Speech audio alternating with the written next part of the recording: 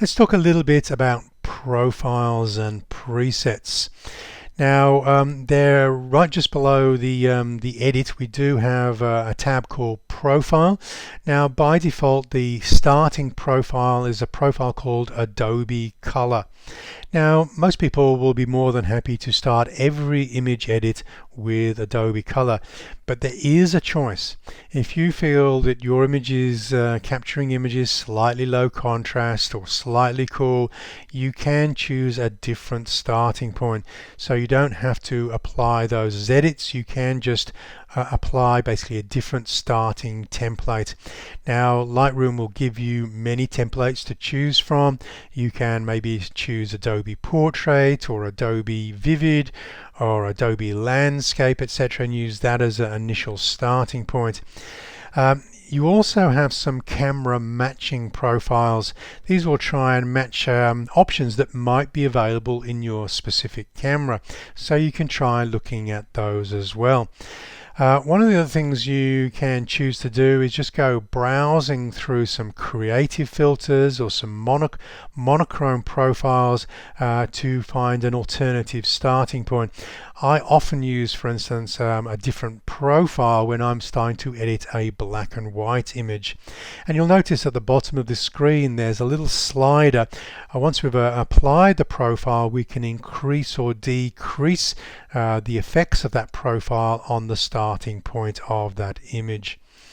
I should go back one slide and just say that we can also tap in the top right hand corner of one of those profiles and add it to your favorites. If it's a profile that you use regularly, you can simply just add it to your favorites. One of the things that you can also do is, if you don't have enough profiles or presets on your mobile device, you can also add additional profiles and presets. For instance, a lot of Lightroom users will often purchase or acquire via free downloads presets online. Now, there isn't currently a way of adding them to your mobile device, but if you add them to your desktop version of Lightroom CC, then they will appear in your mobile versions. We can also, for instance, create custom profiles. For instance, I often make a custom profile for my specific camera. So instead of using Adobe Color or a Sony neutral profile, I might refer to my custom camera profile that I've created using this color management piece of hardware and software. This one's called an X-Rite color checker. You can then add those in Lightroom CC on your desktop, and basically they will appear in your mobile version. The presets icon is two overlapping circles just there on the upper right hand corner. Now, presets is basically a one-click edit. If you tap on a name preset, you can apply multiple adjustments at the same time to one or more images. It's basically a recipe of adjustments put together that might look good on one of your images. It's always a little bit of a hit and miss affair when using presets, but certainly it's not very time consuming just to tap on a few presets to find if you can find a good one. It's a bit like using filters in, say, Instagram or whatever. Now, you can create your own presets once you've got some specific adjustments you like applying on more than one image. You can create your own preset and then put them in the user presets folder, or you can actually create additional folders of presets. So, for instance, you might have some color grading presets that you want to apply just with a single tap, rather than having to move a bunch of sliders each and every time you edit an image. Now, one of the things that I do recommend when creating a preset is not to apply all of the settings that you've been using on a specific image. Generally, that is a way of not being able to transfer over those settings to another image. For instance, settings like exposure and white balance are specific to a single image, whereas maybe a split toning or a vignette might be something that you'll want to apply in the same way to multiple images. So think carefully about what adjustments you add to your presets. Okay, so here I am. I created a split tone preset, and now I'm applying it to a different current image in my library just by tapping on that little thumbnail. I do have free presets on my website, www.markgaylor.com. They're free to download, and just remember you add them to Lightroom CC on your desktop, and then they will appear on your mobile versions as well. Okay, let's start going through some of the panels. We'll start off with the light panel. I could start off with color instead, but let's just start off with the light panel. Just remember, no specific order here. Now, before I get into making some of the adjustments in the light panel, just remember we do have the ability to view histograms on our camera as well. And one of my strong recommendations is try to get the image as correctly exposed as you can in camera before making minor adjustments in our post-production software. Certainly beware of massive overexposure or underexposure, because if we overexpose some highlight tones, there is nothing to say we can recover or restore information in those tones in post-production. They may be sufficiently overexposed to record with no usable data in those areas of the image. So basically just remember, try to get the exposure correct in camera.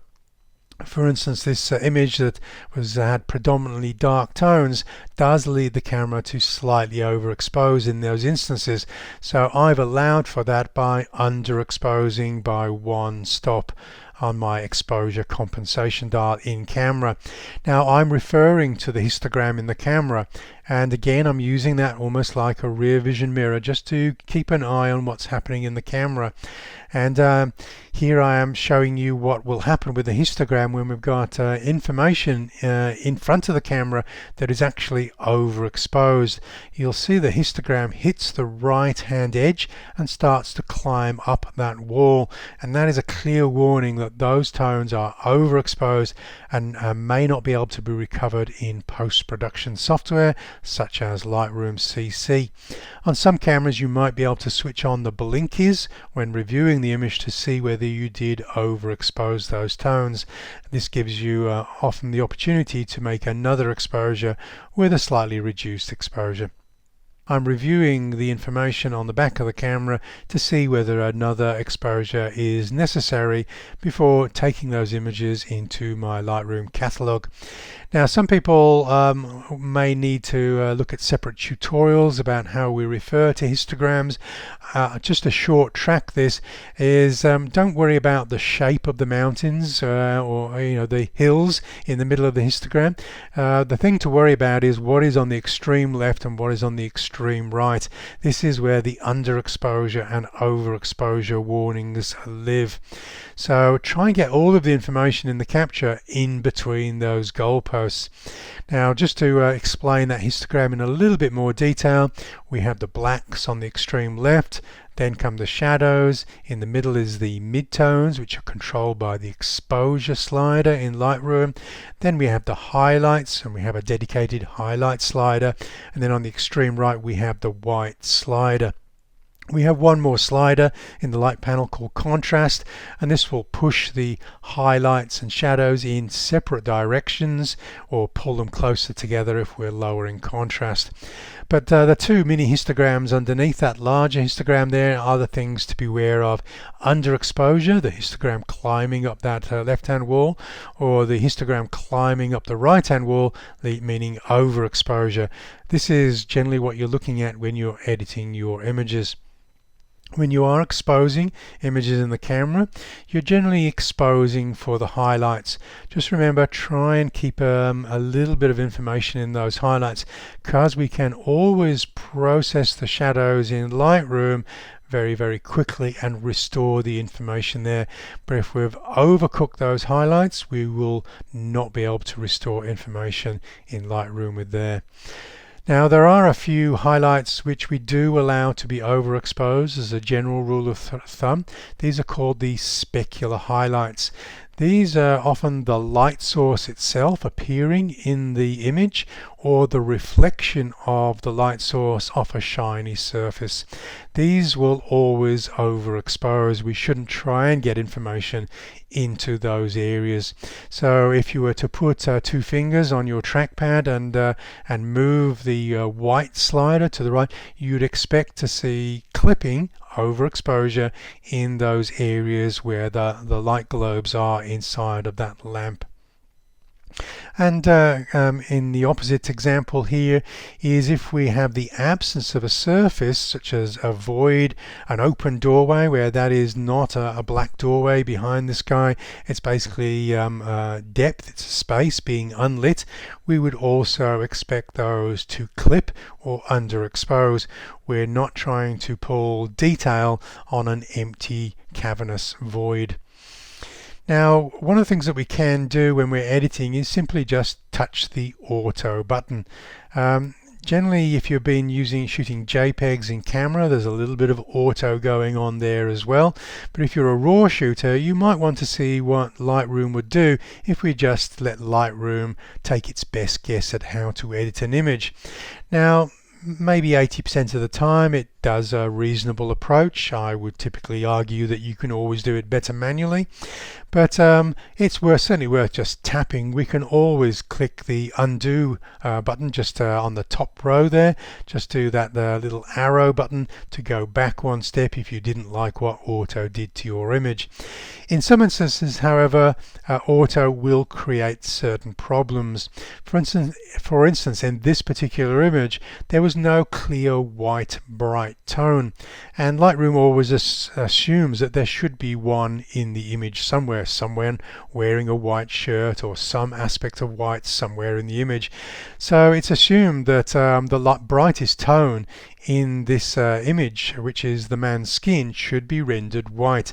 So this creates an unnatural highlight on the cheek of this Japanese guy standing in front of this open doorway. So if you did click auto, you would quickly proceed to that white slider and wind it back so we get a much more natural highlight on that skin. You can start with auto and then just modify a couple of the sliders that Lightroom has adjusted automatically. Now, you might hear on some forums, some photographers might say, oh, don't bother with the sliders. All professional photographers use the tone curve. Now, this is seriously out of date information. Yes, the tone curve was the most sophisticated adjustment tool in Photoshop, but time has moved on, and since we're now using these more sophisticated editing programs such as Lightroom, we're not using the tone curve, especially in programs like Lightroom. Now, this is an example where I'm pulling down the highlights of this white t-shirt so we can see detail, and then restoring the shadows with another adjustment on that tone curve, and the midtones have fallen apart completely. We've pretty much nearly wrecked the appearance of those midtones by trying to do this editing process using a tone curve.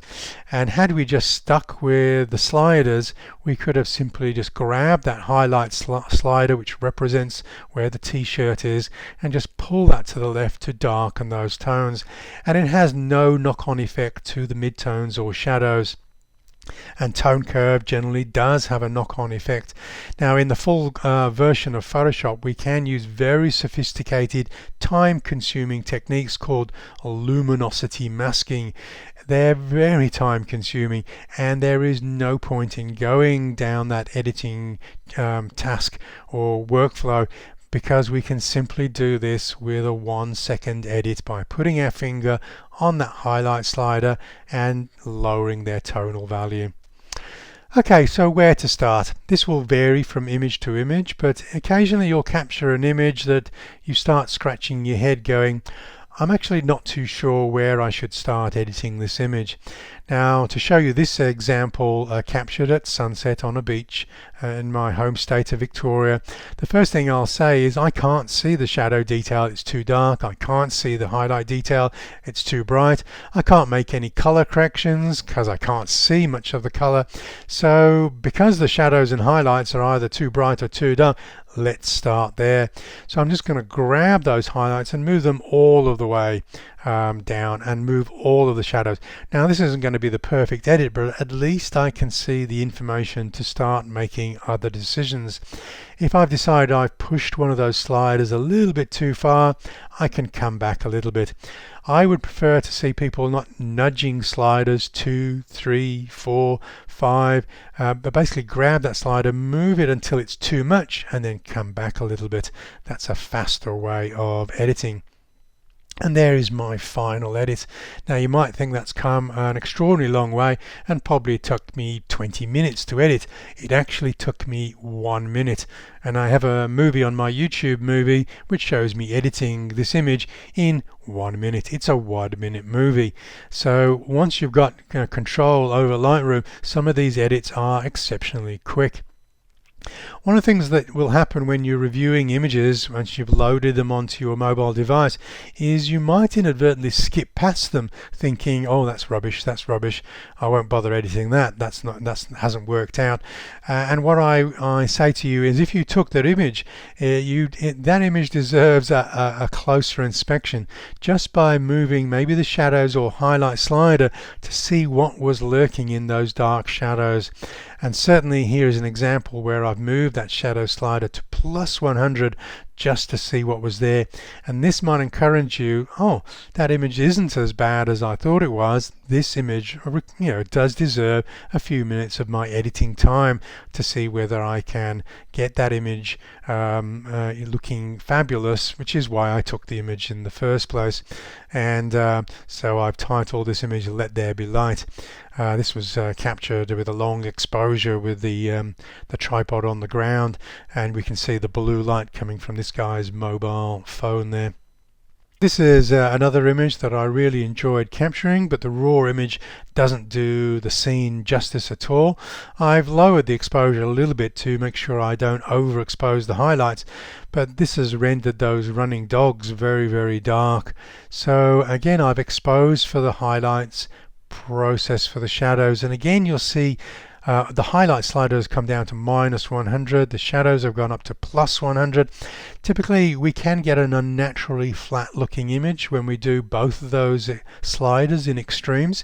So I would typically always encourage you to follow up with some contrast and maybe even a little bit clarity once you've moved two sliders in opposite directions very aggressively. This just restores the contrast to those mid-tones. Here I am again out on location shooting a portrait. It looks a little bit dark. Raw files often do look darker than we remember than seeing them on the camera. Any adjustments that might be applied to the previews on the camera are not applied to the previews in Lightroom. So it is typical for shadows to look significantly darker for raw shooters. But that's a simple case of just raising the exposure by one stop and raising the shadows a little bit. And we can quickly restore the tonality of this image to where it needs to be. Just looking up at the top histogram, you can see the histogram reaches out and touches the right hand side but doesn't climb the wall. It reaches out and just about touches the left hand side, but again doesn't climb up the left hand wall. And there is the finished edit of this indigenous guy at a demonstration in Melbourne. Again, exposing for the highlights. I want the plumage to look really good, but I don't want to do that at the expense of the water behind the bird. I do want a little bit of detail there, so I have lowered the exposure just a little bit in camera, just so that I don't overexpose those tones. And then I restore the shadow detail in post, +70 on those shadows, and 1/3 of a stop raised in the exposure. Again, always making sure that I don't overexpose the brightest information, which does tend to lead to those shadows looking a little bit dark, but can be quickly restored in post. Another +60 shadows and another +1 stop on that exposure slider pretty much corrects this image. Again, exposing for the highlights, that white dress needs to be protected. Now, often I am raising the shadows so I can see information in the dark shadows. Ever so occasionally though, I make a different decision and say I actually don't want to see information in those shadows. In this particular instance, I want them to be quite dark and foreboding in this instance, so I'm actually going to push the shadow slider darker so we don't have any details visible in those dark shadows in this instance. And to give you another example of me editing, this is in Alaska. I wanted the background cliff behind this iceberg coming down the river to be very, very dark and ominous, so which really highlights that flying bird next to that big iceberg. So you don't have to follow a recipe to the letter every time. You can make creative decisions on an image to image basis. I did say you can't damage an image, and you can't damage an image processing, but in some instances you can create image artifacts that don't look good. Typically they look like the image has been over processed. You're basically telling everybody to notice that Photoshop has or Lightroom has edited this image. Now a couple of the sliders that can do this if used very aggressively is the clarity slider. If we push that up to +100 in combination with pulling down the highlights and opening up the shadows, we can get these dark halos coming off the high contrast edges. Be aware of them, because once you're aware of them, you will notice other people will notice them on the forums, and they might be a bit polite and not mention them, but a lot of people will notice them. So you basically just have to be a little bit more conservative in these instances with those sliders. Just back up off the highlight slider or the clarity slider until that halo is much less noticeable. Be sure to check out all of the movies in this Lightroom CC Masterclass series. There's also a supporting ebook that you can download from my website. Just head over to www.markgaylor.com and then look for that downloads link. If you find any of my resources useful, just consider making a small donation. This will help me create future learning resources. I also host a Patreon site. This is going to allow you to join Q&A forums where you'll have your individual questions answered and also attend seminars. I'll also give a photo critique service. Okay, so thumbs up if you've enjoyed the movie, and I'll catch you online next time.